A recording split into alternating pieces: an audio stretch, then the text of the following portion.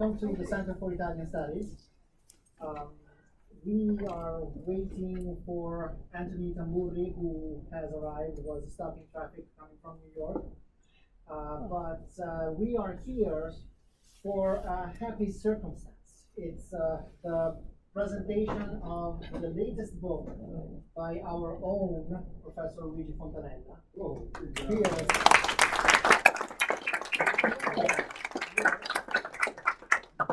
All 740 pages of it. Wow. Oh yeah, no, we'll talk about it. My telephone number in there? Wow. It's so big, it must be Roman telephone.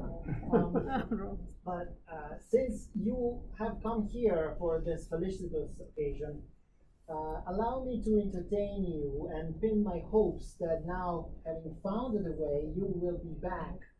And I would like to pin my hopes on the possibility that you will want to take part in the other activities of the Center for Italian Studies as well, because we have reopened the doors, as the university has. And we are again organizing in-person events. We've started in September with the Concorso d'Eleganza, which was the best attended ever, and thanks to the organizer, Josephine Fusco, has exhibited over 100 vintage car and motorcycles made in Italy.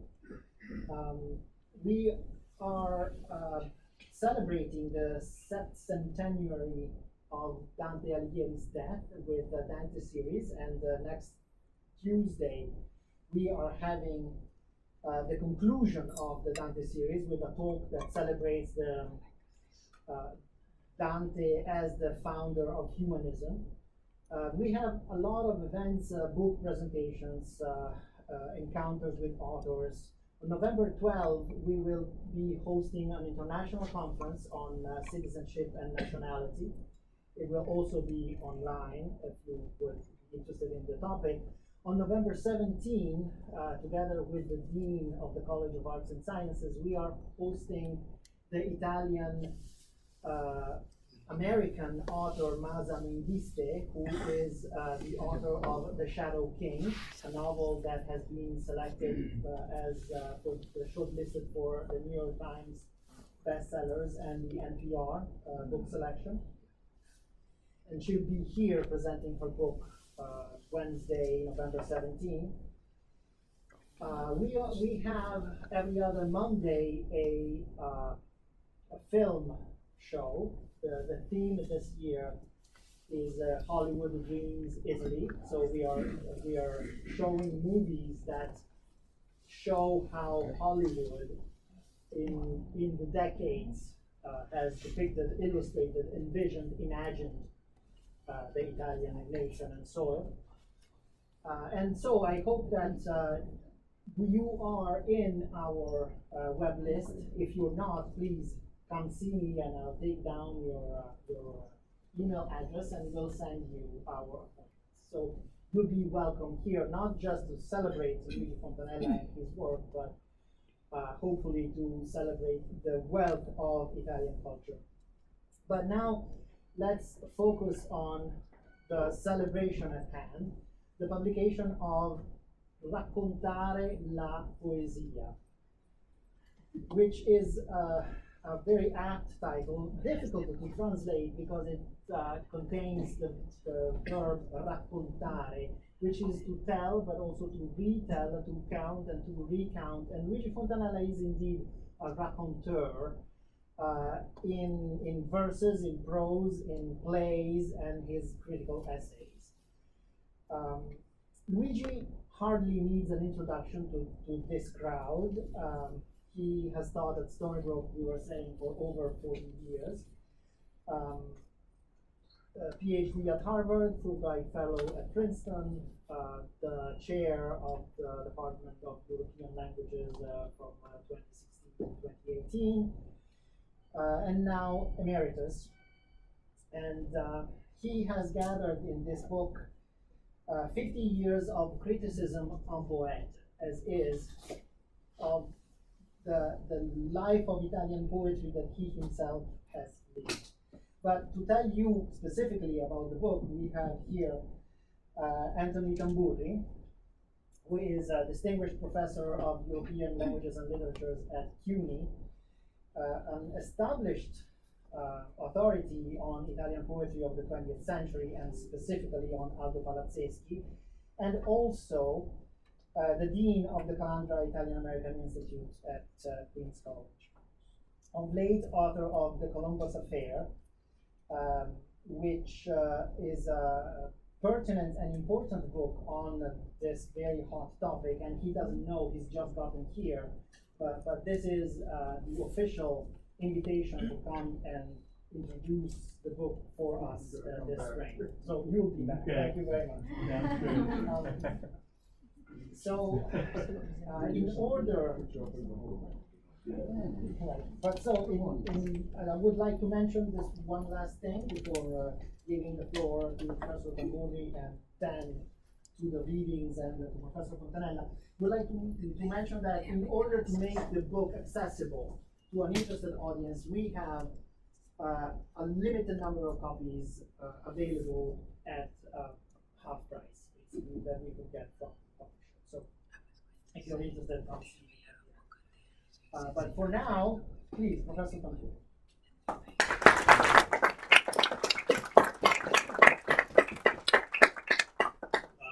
can take my mask off? Yes. Yeah, you do one judge. You are Sorry. 2 meters. Fine You enough. have 2 meters. Fair enough. 6 feet. Yeah. Okay.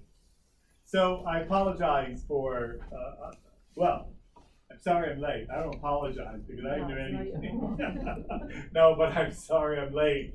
I left at 1:45, thinking that it might take me an hour and a half. And lo and behold, there's just as much traffic out here as there is on the FDR. So I want to, this is the first time I'm back here well before pre-COVID, actually, when Mario Mignone was still with us. And so it's sort of a little bit fan pressione, you know, to come back because the one person who was always here is no longer with us. Anyway, I just wanted to recognize Mario's legacy in this room and what this means, and I think we're all the better for it. So, as you've already seen, you know, in Italian, some people might call this un mattone, or they may call it a fermaporta, right? A brick or a doorstop. It is much more than, it is that, but it is also much more than that. So, I have a little text I prepared, and it starts with, if I were to give a title to this presentation, it might take various forms. I could call it Luigi Fontanella, narrating, parentheses, about poetry, end of quote. A title that maintains the spirit of storytelling, which is one of the acts in which Luigi engages with this book. He tells us his story of his engagement with poetry. Or, an attempt to be clever or further clever, I might choose, again I quote, Luigi Fontanella, narrating poet, end of quote, which slightly obfuscates the function of the word narrating. Namely, it is an adjective describing the type of poetry herein discussed, or it is a gerund and or present participle with the function of a verb in this current usage, perhaps. A third option might be, again, quote, Luigi Fontanella, a narration of poetry, end of quote, for which the preposition of indicates the notion of narrating about poetry, as well as the impression that narration, mentioned herein, may as well be the act of poetry itself. So I like the third one. Raccontare la Poesia 1970-2020 is, to varying degrees, all of the above. That said, it is chiefly a testimony to 50 years of reading and writing, as well as writing and reading about poetry, as well as writing and reading poetry. Luigi Fontanella indeed states in his preface, I'm going to assume, does everyone understand Italian? Because I can do it in English if Should I do it in English? Continue in English. Do it in English? But sometimes insert Okay. some sentences. First of all, this I'm quoting in my translation. First of all, I would like to clarify that this book is not intended to be, quote unquote, a history of Italian poetry of the last 50 years. Nor is it intended to be an outline of pure and exclusive academic research aimed at an audience of the happy few, as are often certain products of eminent scholars of our literature. Let's be clear, necessary important books, but alas, often muddled up and difficult to read. I realize that, coming from someone who has dedicated more than 4 decades to study, research, and university teaching, this may seem contradictory or perhaps even disrespectful, especially for those who still believe that there is an unbridgeable gap between those who provide literary criticism and those who create literature. That said, I should advise, caveat auditor, for Raccontare La Poesia is and is not a history of Italian poetry. It is not, as Fontanella states, a storia della poesia italiana, as one might readily imagine, hence thinking back in a comparative way to those many histories of Italian poetry that many of us have consulted, if not, to be sure, we might have also critiqued to no end, because as the semiotic process takes hold, whenever we open a book, we realize that our favorite poets are not included. It is instead, and I quote again, una semplice campionatura and not at all una sintesi complessiva, end of quote. It is, to be sure, an invitation to read and to engage with many, not all, of the poets whom Luigi has studied, taught, and with whom he himself, as both scholar and reader, has dialogued in every sense of the word. I underscore not all, because while there is no separate entry on the likes of Eugenio Montale or Aldo Palazzeschi, the references to them in relationship to other poets are multiple, to say the least. And those of us who are conversant with Luigi the critic know that these two poets figure prominently in that other arena in which which is literary criticism, in which he has authored approximately a dozen books. Hence, as Luigi has stated, this is not at all una storia della poesia italiana, which, borrowing from the Italian idiomatic phrase, come un dio della storiografia letteraria comanderebbe. It is precisely this desire not to adhere to any notion or canon or tradition that makes Raccontare la Poesia all the more intriguing and further still equally significant in an overall mapping, indeed a remapping, of modern and contemporary Italian poetry. Raccontare la Poesia is, in the end, a work of literary and cultural entrepreneurship that serves a constitutive element of anyone's desire to have, as best one can, a more complete knowledge of Italy's literal landscape of recent and present times. Along this lyrical journey with Luigi as our Virgil, we come across some intriguing figures we either did not know, or for reasons of which only the services of the literary establishment are aware, have not been included in the greater critical discourse of Italian poetry. So Raccontare la Poesia is divided into 4 parts: rivisitazioni, saggi, ritratti, testimonianze, dalla generazione degli anni 40 e oltre, repertorio alfabetico, libri di poeti contemporanei, appunti di lettura. And just to give you an idea, we've got 12 poets, 25 poets, 24 poets, and 113 poets. A good number. In the rivisitazioni, 12 poets are highlighted more in forms of essay-type entries than in personal impressions that would resemble more the proverbial note one often finds as a synthetic reading of the poet in question. As well, the poets are of a certain caliber: Umberto Saba, Salvatore Quasimodo, Giorgio Caproni, and Pierpaolo Pasolini, to name 4. But we also find a few surprises. For example, were we to seek out profiles of the likes of Massimo Bontempelli, Tommaso Landolfi, or Anna Maria Ortese, we would notice that their lyrical production, if mentioned at all, is barely referenced in the many bio notes we would find about them. Here, Luigi has decided to include them in his prima parte, alongside the so-called canonical writers, such as those that I just mentioned. In turn, these three writers included as poets, we might surmise, are manifestations of Luigi's own predilezione verso figure acanoniche, as he says, a predilection toward acanonical figures. According to which, for example, Anna Maria Ortese now appears here in print as a poet.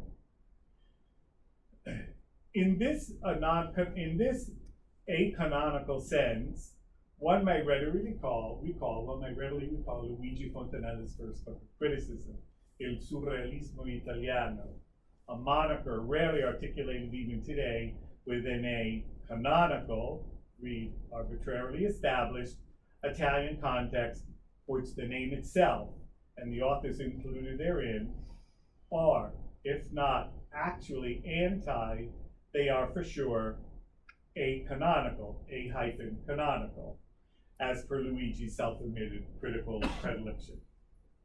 The second section, Saggi, ricordi, testimonziane, follows a similar vein of part one, writings dedicated for the most part to names we would readily recognize and who all belong to a generation that predates the class of 1930.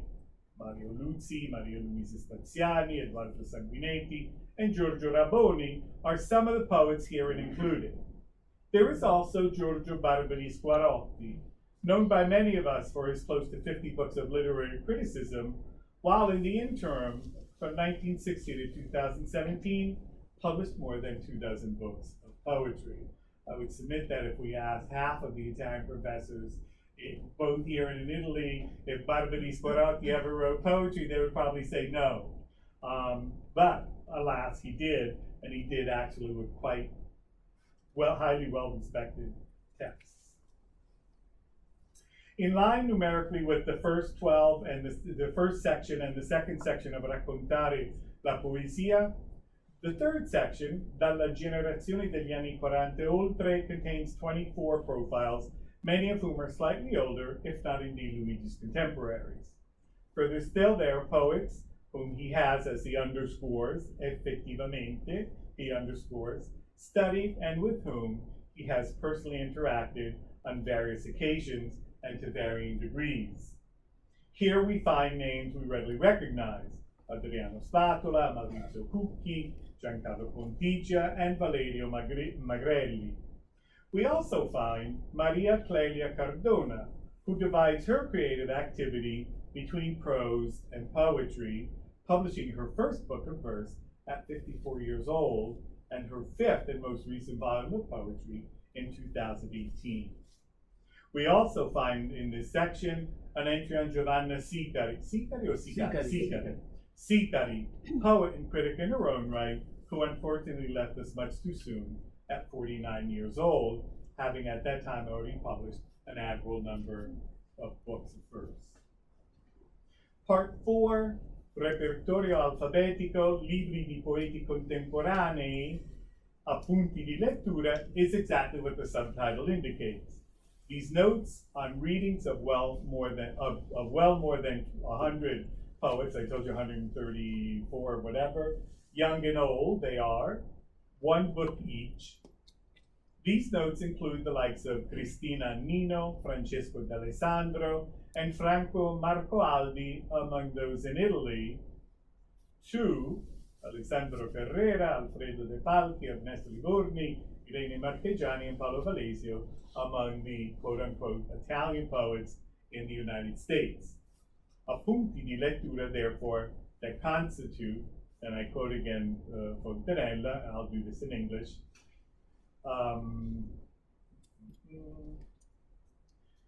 variegated and which he appunti di lettura that constitute variegated and a teeming sample of diversified voices whose tone and exposition vary depending on the case, but whose expressiveness, my own as a passionate reader, always obeys criteria of perspicuity and, I hope, of enjoyable readability. Now in his premise, his premessa or introduction to the volume, Luigi states in the middle of page 1. This is interesting, a blank page. Page 1, and again I'll translate. I would like to specify that this volume was conceived and written, he uses the French expression, en poété, hence, as a poem. Hence, the widespread character of story and personal critical testimony addressed to an audience that is not only those of insiders, but especially of those who really love poetry. He uses the expression in Italian, addetti ai lavori. This is a wonderful expression because it can be used both positive, sarcastically, and sort of seriously. So it's a book written as a poet in order to tell a story, a racconto.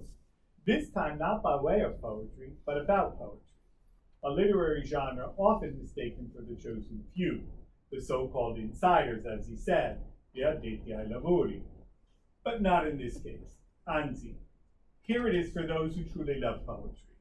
Hence, the final words of the premessa bring us back around to what I've just cited as we read the final words of Luigi's introduction. And I'll read this again in English. Because this, in the end, is the basic and ambitious purpose that animates the entire book. That is to constitute an invitation to the reader so that through these pages, he can approach some poets by reading or rereading some of their works and maybe falling in love with them. In the end, Luigi Fontanella underscores his recognition of the value of poetry for society at large.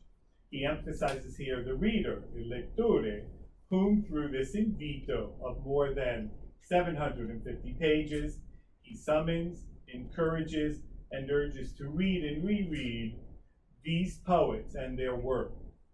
As a derivative of the Greek poesis, let us remember that poetry is also making. It is bringing into being something that did not exist previously. And the one possible something that Raccontare La Poesia may very well bring into being is the reader's desire to read and reread with the ultimate goal of creating a dialogue of sorts, writer to reader, reader back to writer, from which, in the end, not only meeting, but indeed a love of poetry springs forth. Thank you.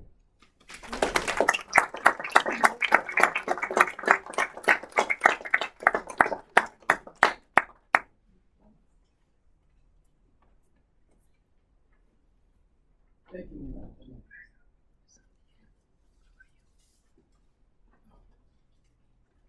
First of all, thank you very much for being here. I am very happy to see many of you. Some of you were my students.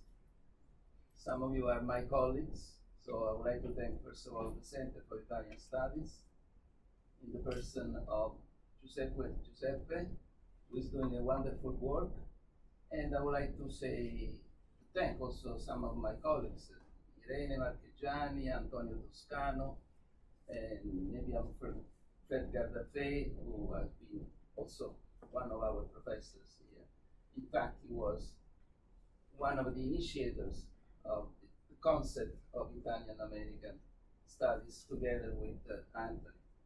But anyway, I'm very happy to be here. I would like to thank Antonio Fideleo for preparing a beautiful poster and helping us to spread this announcement. And of course, last but not least, I would like to thank Josephine Fusco, who is the motor of this initiative.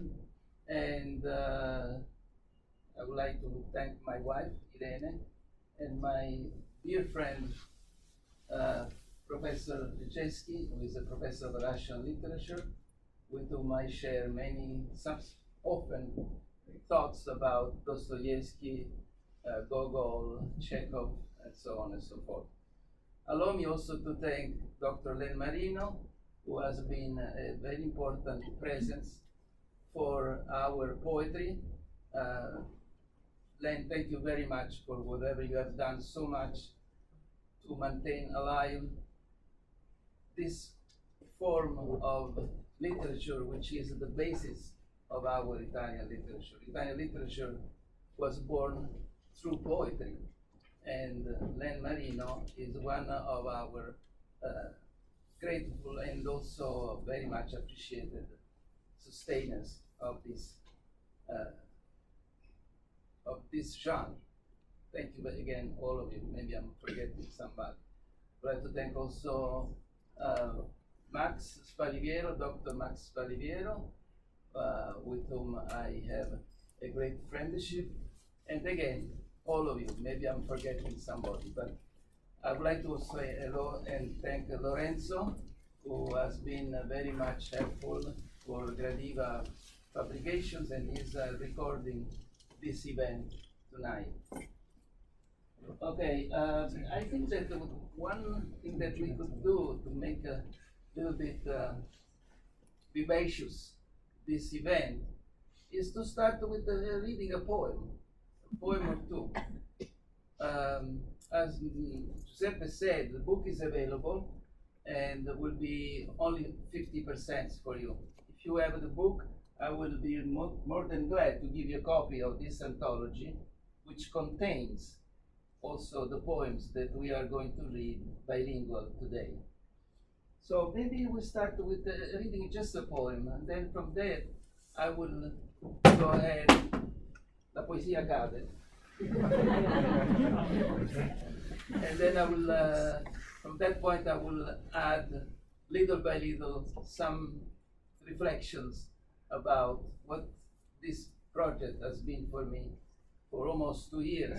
And somehow, paradoxically, I have to thank the COVID, which is stupid to say that, I know. But I was secluded at home, and so this project came to my mind. I was cultivating this project for a long time, but then I just retired.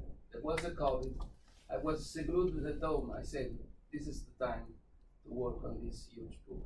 So I revised all writings that I have been doing for 50 years, and I wanted to make a strong choice, a strong selection. But already doing so, I had to revise, I had to rewrite some essays. So in other words, was un lavoro massacrante. And I even got sick because at one point I couldn't move my left leg because I was spending hours and hours in front of the desk. And so my doctor said, you are crazy, you have to get up every hour or every 2 hours and walk in your corridor back and forth, otherwise your situation will reset. And in fact, it did reset. I had to have a little operation, little, on my left leg because I couldn't move much my leg. Anyway, but this is just a kind of side story to say, just to underline that this book really was un'impresa, an enterprise for me, but I'm glad that it's over and the book is here. So I would like to ask Dr. Len Marino to choose, I asked him to choose 5 poems at his choice. And we will read these 5 poems during the presentation, bilingual. He will read the English, I will read the Italian. So I would like to ask Len Marino to come here and announce which poem he's going to read. On page 53, shall start by Umberto Piersanti. I didn't make this choice. I wanted to leave all freedom to Dr. Marino to choose which poem, as a reader, come pubblico. So non sono io che ho scelto queste poesie, perché volevo vedere anche che tipo di reazione, what kind of reaction a normal, tra virgolette, reader would choose, having an anthology which came out just a few years before this huge book. Prego. Carousel. That antique merry-go-round and the crowded scooters, the chatty girls shining in tight jeans, bohemian chic, red four-wheelers on the beachfront road, kids exit from every door, from every street. They overflow into sunset flares. It is the hour that comes before the sweet evening. But no one gets up on horses, made of wood, with plumes and that yellow trumpet, storybooks and music, distant and enchanting, that transforms pumpkins and frogs. A girl was all alone. She was dressed like Pierrot, her face white. Nobody took crunchy sugared nuts and cotton candy from her hand. Jacobo passes through the others without looking, sways his bulky body and gets above them, embraced a horse, and then leaned after pulling himself up, laughed out loud. Sun that goes around alone on the carousel. Others reject it, so antique and so slow. But Father waits for you, dismayed and secluded, behind a nearby tree. Your mild smile accompanies you in the circle of the carousel, and the raft where you stay without companions. That's it. Thank you so much. The poem that Leonardo chose is a very touching poem and has been written by a poet. He just published it with La Nave di Teseo. La Nave di Teseo is a quite important publisher in Italy nowadays. After the split of the direction of Mondadori, one part of Mondadori became autonomous under the direction of Umberto Eco and Elisabetta Sgarbi, and created this quite important new publishing house, which now publishes also poetry. And Umberto Piersanti, just a few months ago, published a collected poems. In the poem, he mentioned Jacopo. Jacopo is the son of Umberto Piersanti, who unfortunately, when he was a little boy, had a very dramatic neurological illness. So, and he was touched, deeply touched by this illness by his son.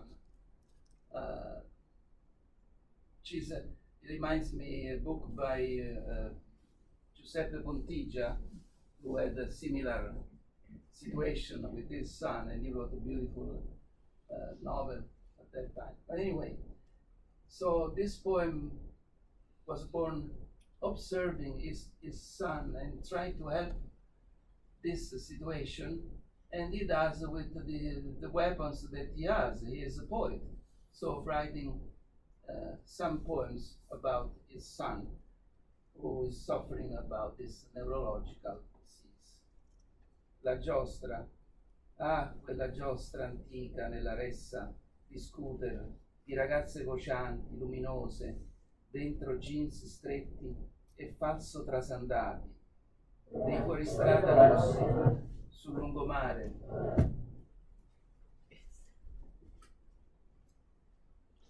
Escono da ogni porta, da ogni strada, straripano nell'aria che già avvampa. È l'ora che precede dolce la sera, ma nessuno che salga sui cavalli di legno, coi pennacchi e quella tromba gialla, come nel libro di letture, la musica distante e incantata, quella che rese altri le zucche e i rospi. Lì c'era una ragazza, tutta sola, vestita da Pierrot, la faccia bianca, nessuno che prendesse i bei croccanti, lo zucchero filato dalla sua mano. Jacopo, che tra gli altri passa senza guardare, dondola il grande corpo e li sovrasta, abbracciò un cavallo e poi pendeva e dopo riuscì ad alzarsi, rise forte. Figlio che giri solo nella giostra, quegli altri la rifiutano così antica e lenta. Ma tuo padre t'aspetta, sgomento, appartato, dietro il tronco, che il tuo sorriso mite ti accompagni nel cerchio della giostra, nella zattera dove stai, senza compagni.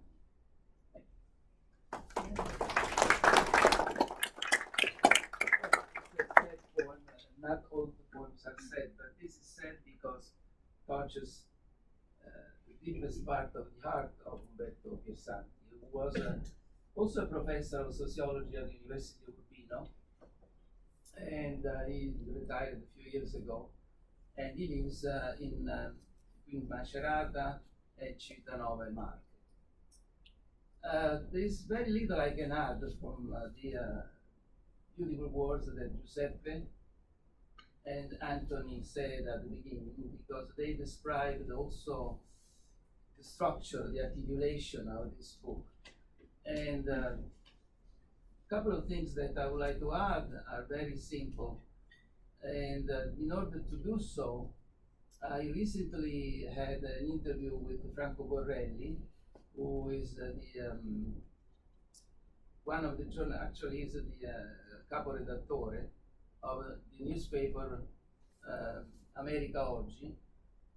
He sent me a series of questions, and I asked Irene if she wants to pick up one of these questions that are strongly related to the spirit and the structure of my book. Okay, so I read the question, a couple of questions from this very good interview that was published. I read in Italian first, ok? In che cosa consiste, rispetto ai tuoi libri precedenti di critica, la novità di questo lavoro? Che tipo di rapporto c'è con le tue precedenti esperienze? So what is the novelty of this type of work in respect to your previous publications? And what is the relationship between this work and previous experiences? Okay. And I reply this way, I will read it in Italian and then I will synthesize in English. C'è un rapporto, diciamo così, di continuità evolutiva. Voglio dire che nella maggioranza degli autori da me trattati ho voluto non solo fare una rilettura critica. By the way, comes to my mind a famous sentence by Massimo Bontempelli, who used to say, non bisogna leggere, ma bisogna rileggere. Ho voluto non solo fare una rilettura critica, ma in un certo senso, e that's the key point, ma in un certo senso andare più a fondo nelle ragioni del loro poetare, cioè del loro essere poeti, in una società come la nostra, in cui si assiste sempre di più ad una progressiva disaffezione, questa è una parola non italiana, a una progressiva disaffezione verso la poesia. Caproni diceva si va più verso la chiacchiera che verso la vera poesia, erano più o meno sulla stessa posizione di Montalvo. Cioè del loro essere poeti in una società come la nostra in cui si assiste appunto sempre di più a una progressiva disaffezione verso la poesia, e a questa viene spesso sostituita la chiacchiera, come mi diceva talvolta Giorgio Caproni, o il semplice sfogo solipsistico. Poeti che sentivo, insomma, anche le mie guide o i miei ideali compagni di viaggio. So basically I'm saying that the criterion now to make this book was the one to not only to reread their poetry, but also to try to understand deeply the reasons of that kind of poetry, of their own poetry, especially in a moment in which there is a sense of distance nowadays, especially with this telematic era in which everyone gets up in the morning and says something in the computer, and he or she thinks that's poetry. Poetry is not a sfogo, it's a study, it's a discipline. And it's not a simple self-interrogation. Yes, it is also that one, but not only. So I wanted to read these poets because I felt that they were, to me, like ideal companion of traveling through words, traveling through literature, traveling through poetry. Is there any other question? Maybe I would have to get another point? Yes. So I asked Dr. Marino to tell me the second poem that he selected, and I will say a few words about that poem. Yodo?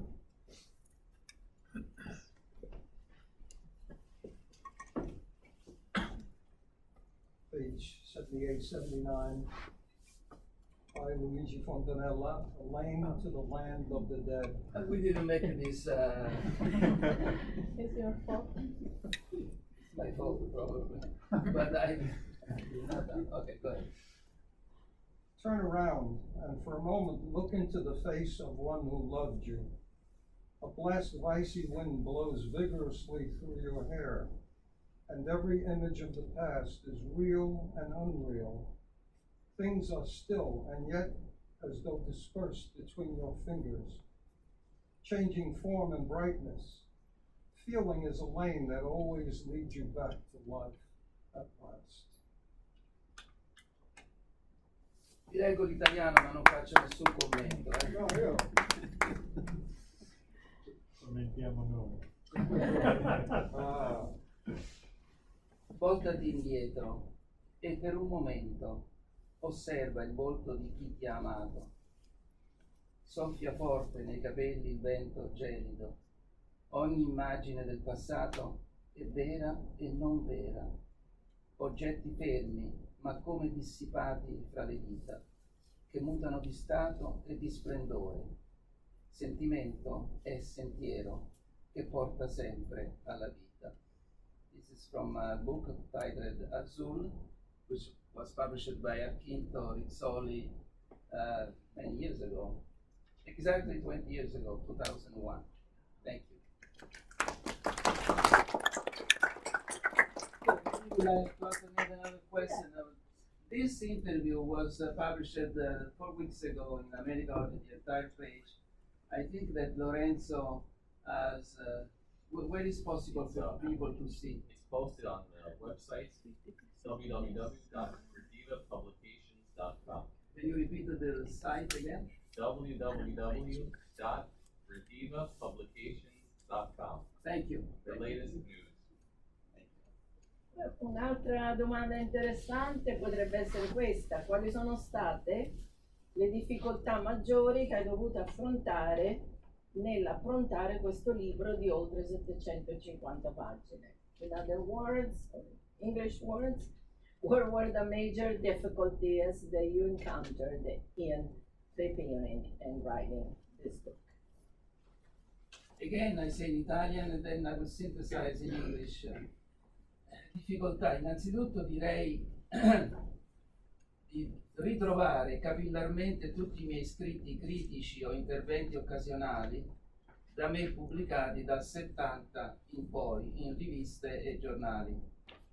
Dopo questo raccoglimento, tra virgolette da intendersi in tutti i sensi, ho dovuto procedere ad una cernita oculata e a una mappa organica degli stessi. In molti casi ho dovuto approfondire vari passaggi esegetici, in vari altri ho dovuto interamente riscrivere letture di libri importanti di alcuni autori che hanno segnato l'evoluzione della nostra poesia. In altri ancora ho voluto rievocare alcuni incontri personali e dialoghi diretti che si sono rivelati cruciali. E qui faccio degli esempi, alcuni li ha già fatti l'amico e collega Anthony Tamburi, quindi inutile che dico i poeti, eccetera. Allora, the first obstacle, of course, was to me to gather together, and unfortunately, before the 1980s, everything I had in papers, so I had to read, correct, eliminate, rewrite. It was a long, passionate, but also very tiring job, very tiring work, because I had to assemble, but also eliminate, cut, go deeper in some passages. This was perhaps the most extenuating part of my job of writing this book. But also I wanted to give space, and I think Anthony said this very clearly.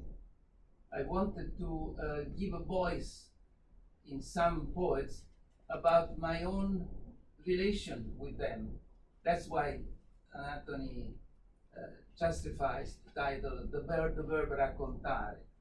I wanted to act as a double person. One, the narrator. I think that Giuseppe pointed out this in a very clear way, and at the same time distanciating myself as a literary critic, trying to reread what I had written and trying to make a distance, but also balancing the two positions, the two gestures, I would say. So this was the most difficult part, because there are some chapters that I wrote entirely da capo, no? So that was somehow, paradoxically, was the easiest part, because I did not have any reference, prior reference. So I was just facing the text and I was taking notes and then assembling, as I do generally, and making in a coherent way my critical discourse. And by doing that, it gave me also the possibility to reflect about the act of writing, the making of poetry. I think Anthony underlined the etymological origin of the word poetry. Okay? So, in a way, this was a moment of a reflection, rewriting, and also re-putting in a coherent project the structure of the book. Okay. So, shall we read the third poem? I think it's nice to do this way, and it's getting very well. Great.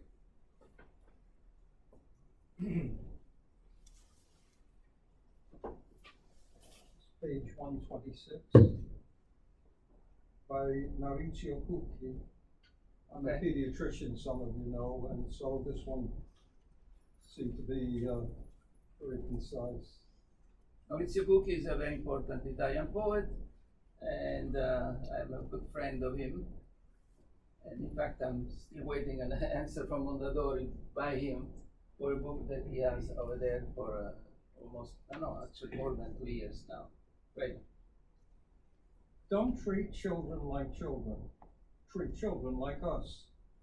They are small beings, tender and indiscreet, not innocent angels, real, mysterious elves, light and cruel, sensitive and faithful, always inclined to laughter, to shouting, to tears. Their time goes quickly, steals away. They are serene and shady, finicky.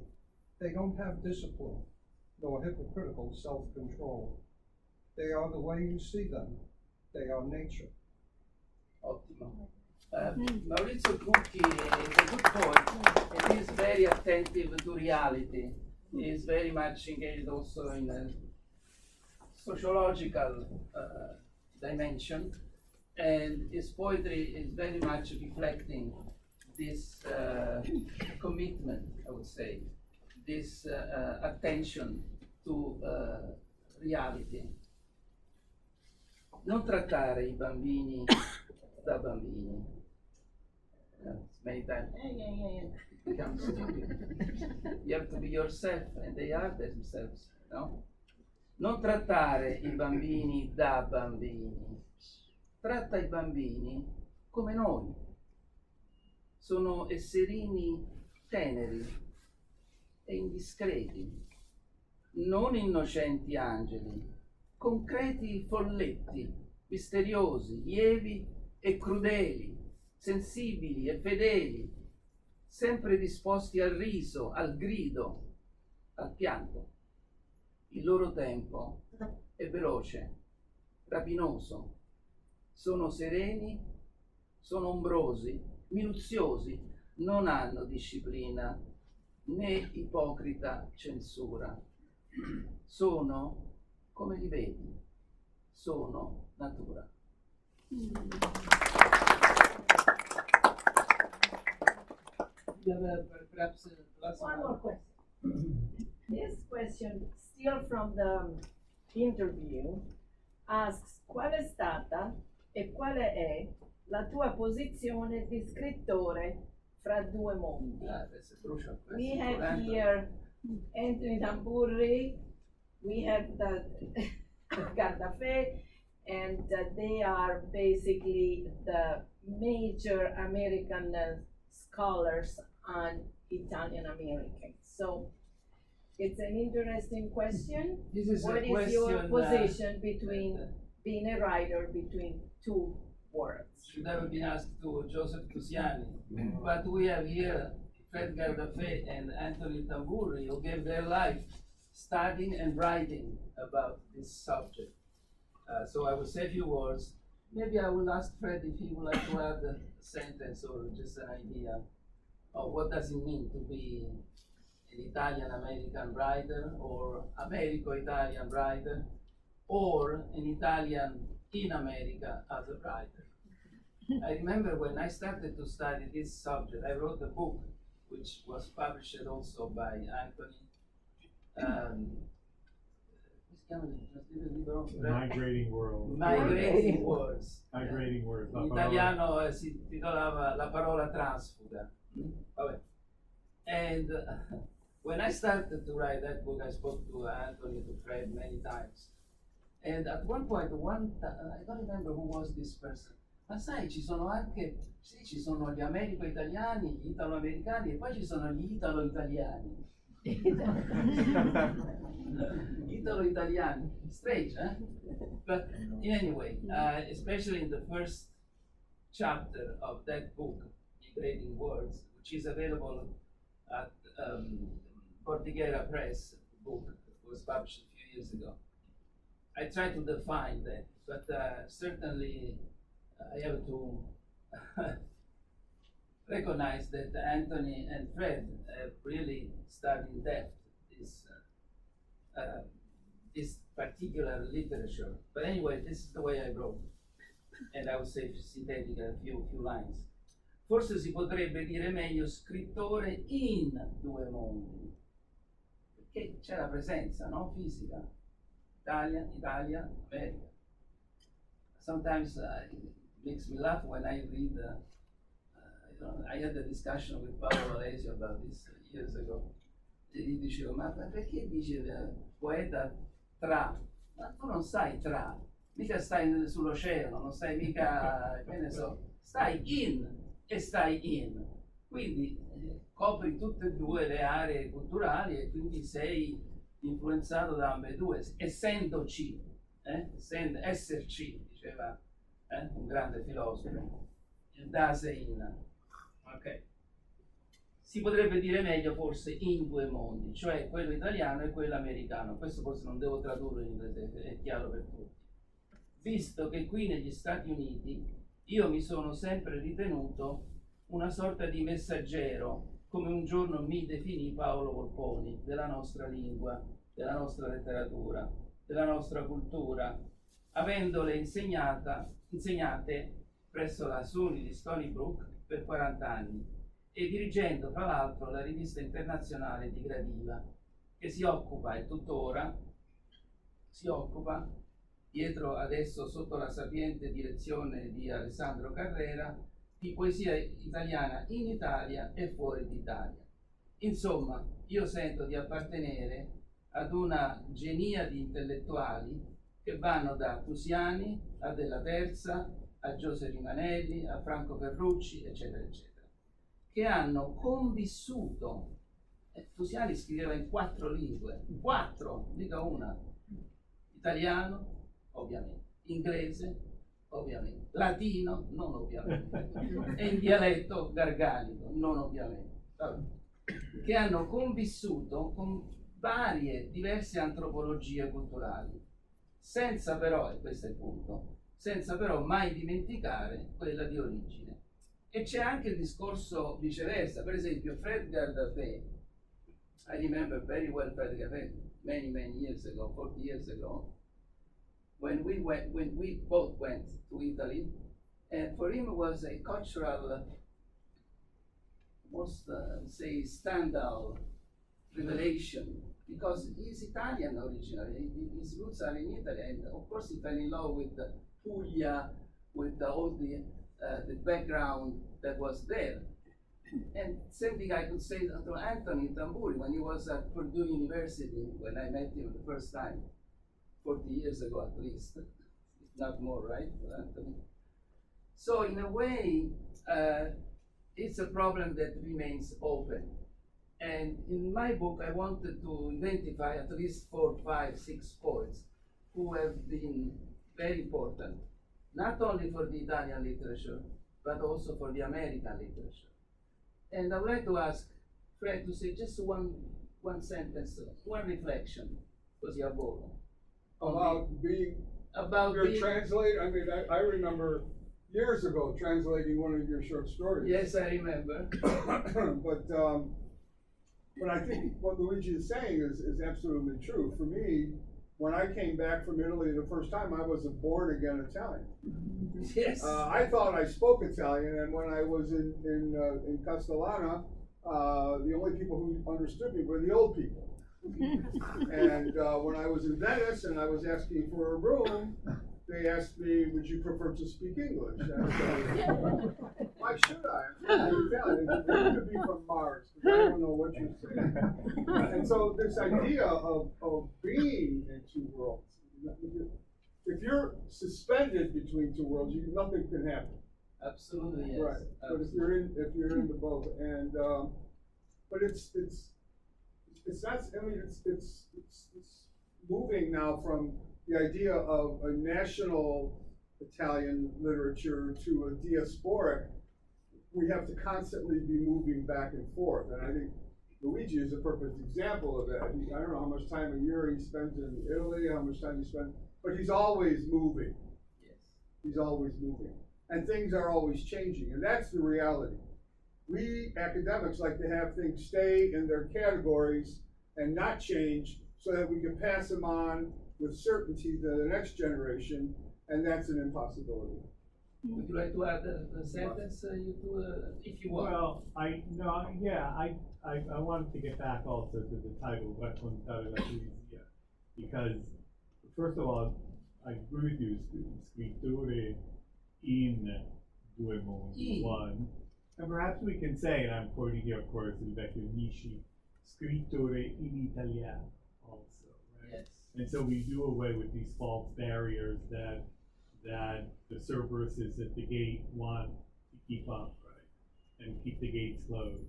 So yeah. And of course, and just, you were my first scrittore in italiano that I studied who Yes. wasn't in Italy That's right. in 1998. You have to understand that Edgar Daffé and Anthony Tamburi have been due pilastri, two columns of this particular phase and this particular part. There are chairs now, including our chair here, that study this particular phenomenology of some people could say hybrid literature. No, it's not. It is an enriching literature because it touches languages, cultures, images, inventions, ideas. In a way, is a reinforcement for our imagination, basically. Last poem? Next to last. Okay. I like the title of that book, Cano Name Verse. Yeah, it's a great. You have this book, right? Yeah.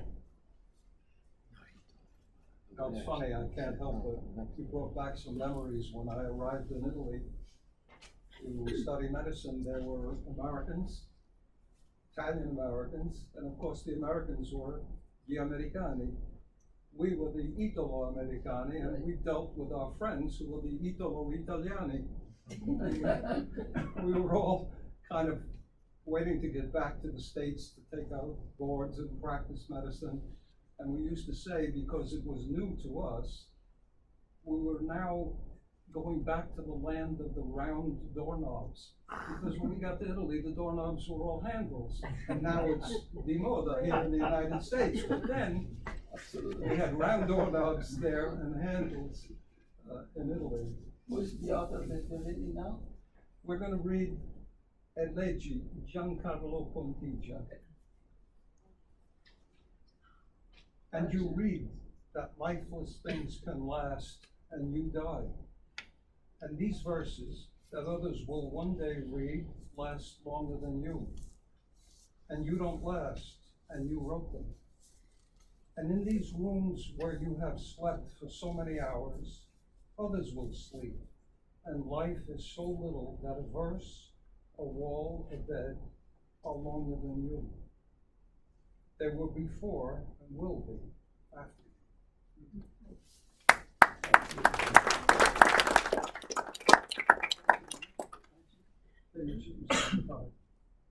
By the way, I just like to tell you that those of you who will graciously buy my book, I will give for free this anthology, which contains the poems that we have read today.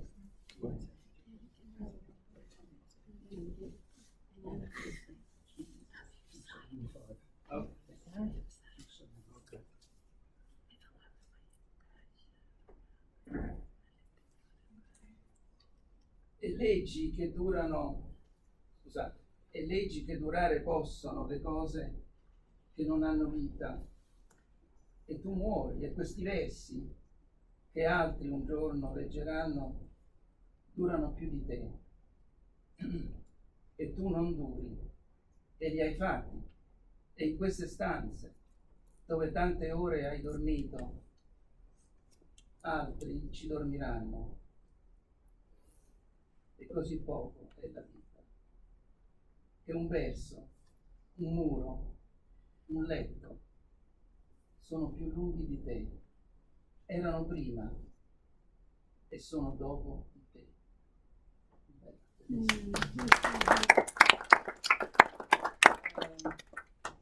We have no other question, so we will finish with the last point. Then I will say a few sentences to conclude this beautiful meeting. December 1999 by Giovanna Sica.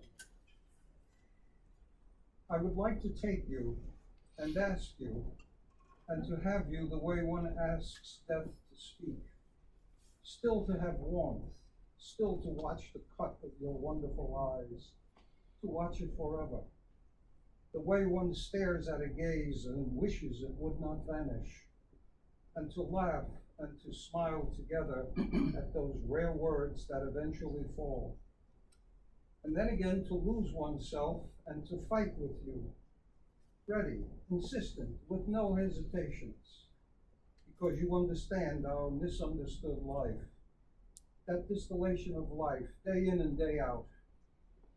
To you, all my thoughts, all my poems, I write them, thinking of when the tide divides us beyond all the disassembled evils. And this holds me in its hands, pushes me to ask for more life, more refuges, the invisible homes of our heart, and so each of our cards will find its place, and our righteous friends will pray for us. Thank you. A very important Italian poet.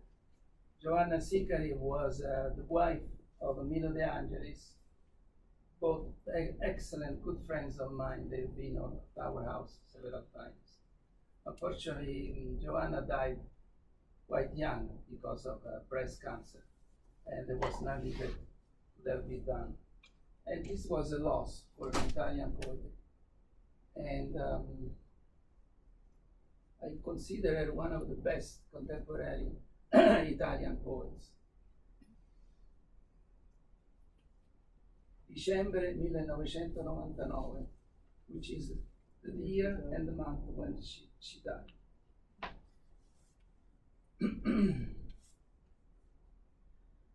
Vorrei prenderti e chiederti e avere, come si chiede alla morte, di parlare, avere ancora calore, ancora guardare il taglio dei tuoi occhi bellissimi, guardarlo per sempre, come si fissa uno sguardo che non vuoi che svanisca, e ridere e sorridere insieme a quelle parole rare che poi cadono, e poi ancora perdersi e lottare con te pronto, insistente, senza indugi, perché tu comprendi la nostra vita incompresa, quel distillare vita ogni giorno, a te tutti i pensieri, tutte le poesie, e scrivo pensando a quando la marea ci divide,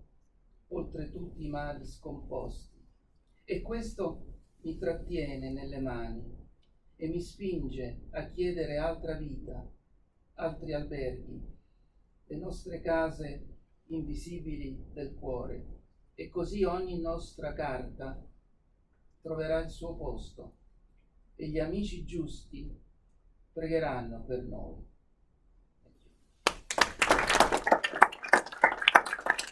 I hope that I gave you an idea about this work, this book, the intentions, the great efforts that I had to put in writing this book, because it's very personal, but also I had to put myself distant. But anyway, I hope that you received some idea.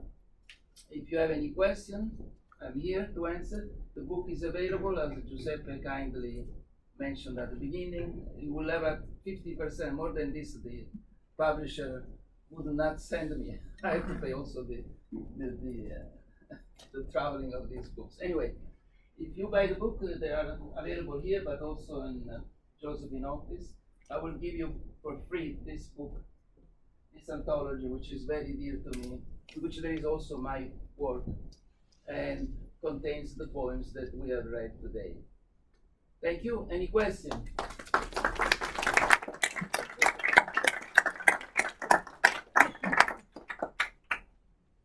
So I've Question. two Great. questions. I have 6. One, how long was the manuscript? And two, you did a I'm really glad good, that you asked this question, because I'm going to tell you a nice story. you have an index, and it's a long index. And I just wanted to make that observation that Names, sometimes, yeah, names and right. It took me almost a month to do that. To do the index, exactly. I wanted to point that out. Allora, posso parlare italiano? Ok. Allora, io ho scritto questo libro e non mi sono accorto che l'ho scritto a spaziatura 1, one space, ok? So I was writing and writing, so at one point I arrived around 400 pages. I said, okay, this is a little bit long. I hope the publisher will not cut or not. So finally, when the product was ready, I sent it to the editor of this series. His name is Giancarlo Pontiglia. He's a poet, but he's also a very excellent literary critic. I sent to him the manuscript that io ho scritto, and he was enthusiastic with the big but at the end, B-U-T. And he said, Luigi, ma ti sei reso conto che hai scritto più di 700 pagine? For me it was a shock, because I didn't realize then, because I had written in one space, single space. And in fact, a week later or 2 weeks later, the publisher, Enrico Moretti, the book was published by Moretti Vitali, this publishing house has its offices in 2 cities, Bergamo and Milano. And Enrico Moretti wrote me a very alarming mail. He said, Luigi, il tuo libro è bellissimo, ma come si fa a pubblicare un libro di 750 pagine? E per me era uno shock. Allora lì veramente è stato un problema. Ho detto, senti, io non so che dirti, questo è il libro, se non te la senti di pubblicarlo lascia perdere. lo ridurrò, però allora a quel punto lo darò a un altro editore, because I was in contact also with Marsilio in Padua, who certainly would have refused a book like that. Certainly. He would have asked me to cut half. But I was hoping that Enrico Moretti, whose wife I know very well, and she's a psychiatrist and excellent critic, psychoanalysis, Jungian psychoanalysis. So they read the book, but they liked the book. So in the end, he said, vabbè, facciamo questa pazzia, facciamo questo sforzo. And they published the book. But Tony is right. Anthony pointed out at the end, I wanted to give a comprehensive structure. And so I insisted to have the indice dei nomi at the end of the book. It took me 1 month, no, maybe a little more than 1 month to do page by page. Then some others, I started to have momenti di vuoto. I had to check the name, the first name, there are hundreds. So in the end, the book arrived alla sua conclusione, and here it is. I'm going to present this book in Milano, sometimes either December or January, probably more January, because Christmas and so on and so forth. And I'm going to present this in Florence and Bologna, but my wife prohibited me to go to Naples and Salerno, so I will go to maybe in the spring. That would be too much. Thank you. Any other curiosity or question? While the editor was actually reading the book, I kept warning him, don't be upset, they're gonna cut it, just don't suffer from it, they're gonna cut And I it. was sure that But the I book was would sure, have been but cut, yes. they didn't, so it was lucky, well. That's really a yes. Any question? Antonio? Nick? Any curiosity? Yes, Antonio. As a writer, have you been from time to time when you sit at the table to begin to write, been assailed by kind of terror from seeing the page talking to you and it's white? Yes, indeed. But at the same time, Antonio, I felt that I was in company, because these poets have been part of my life, my raison d'être. So this book was born from un'assidua frequentazione di questi poeti. So in a way I felt in good company. And as you see in the book, non ci sono figure enormi come Montale, Ungaretti, etc. Even though there is Caprone, there is Quasimodo, and so on and so forth. But I wanted to make a mark of the originality of this book. Is that Anthony said very correctly, is a book that was born from my raison d'être, from my own life. And therefore, no, there was not any moment of terror, but actually moments of joy, even though a tiring joy. Thank you for the question. And since I was sent this the recording to my publisher, caro Enrico, ti ringrazio da questo bellissimo center per aver pubblicato questo libro. Così ho fatto il tuo nome, Enrico Moretti, Carla Stroppa, tua moglie, bravissima, and I'm very grateful, caro Enrico, that you published this book. And thank you. Yes, you have a question. I have a question. I just learned Italiano, so I'm going to ask in English. You can speak English, Italian, Portuguese, if you like. So, when a writer writes poetry, how is the stato de animo? Does he write based upon their experiences that he or she has had, or writes the poetry based upon how he feels inside or outside? Listen, to me, I answer from my personal experience. a poem, as Montale very beautifully wrote, a poem is born always because of a reaction, because of an object. There is something. It's never abstract. Never. It begins from something that has touched your mind, your heart, your anger, your whatever feeling that is very deeply rooted inside of you. So there is no poem, to me, it cannot exist an abstract poem. There are poets who have been writing in a kind of abstract way, like arte astratta, no? La pittura astratta. But to me, words of a poem start always with something that is in front of you.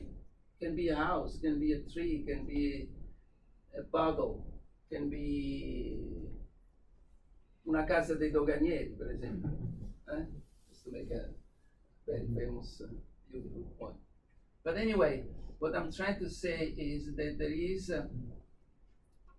an attraction. Things call you. Tu sei chiamata, capisci? There is a rappel, in français on dit, il y a un rappel. There is un richiamo. Something recalls you. And in that recalls is the place for poetry. So basically you have to give a voice. You have to give a voice to that rappel, that richiamo. Yeah. Grazie. Thank you.